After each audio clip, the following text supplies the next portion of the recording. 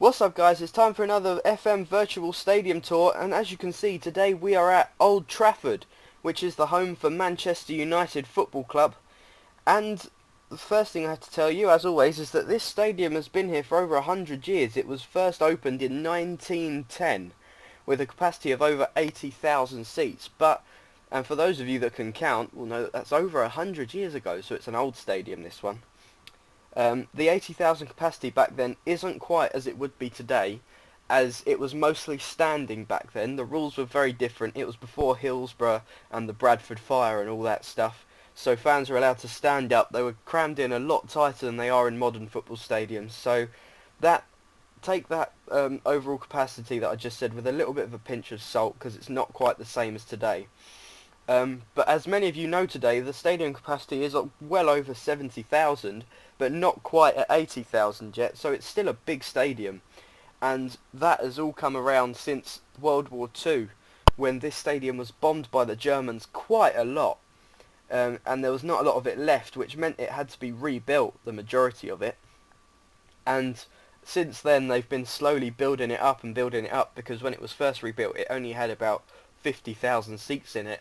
But since Sir Alex Ferguson took over, the stadium has been slowly built and slowly made bigger to hold 75,000 fans now, or about that. Another thing I happen to know is that this stadium has been part of both of England's major football tournaments that have been held in this country.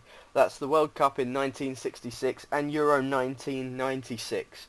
It held matches at both of those tournaments, and I think it's pretty fitting. It shows quite well the old-fashioned nature of a lot of our country, England, and it shows off quite well what we can do when we swing fully into action and decide to build something really, really good.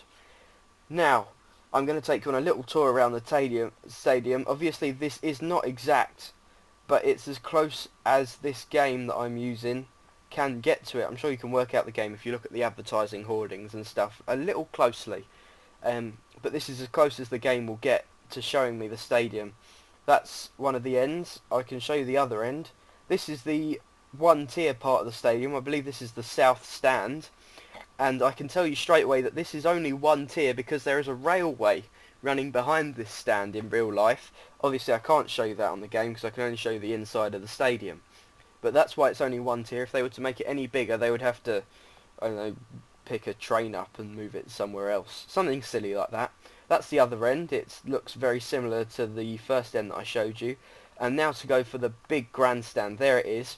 I can actually tell you that in real life, that top third tier only runs for 2/3 of the stadium.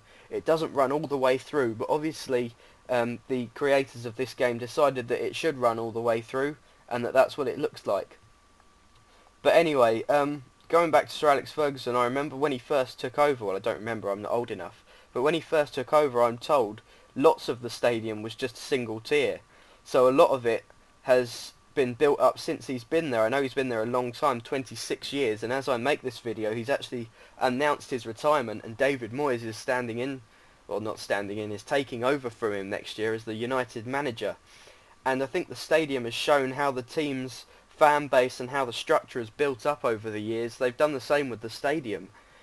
Reading an article a few days ago which said that Manchester United, the most supported club on the planet, has over 700 million fans following it, and that's unbelievable. If you think that there's 7 billion people on the planet, that's 10% of everybody on earth supports Manchester United. And I know that's more than double than the next club. I believe the next club is Arsenal, with about 300 million fans worldwide. So they're really out there and really making a name for themselves as the most supported club in the world. I think everybody in this country, within a few degrees of separation, knows somebody who's a Manchester United fan, or who follows the team at least. Well, everybody follows the team. They won the league this year, and I'm sure as this video gets older you'll be able to date it. But I think that's it. Please remember to check us out on Facebook, Twitter, and we have our own website now. I'll put all the links in the description. Laters!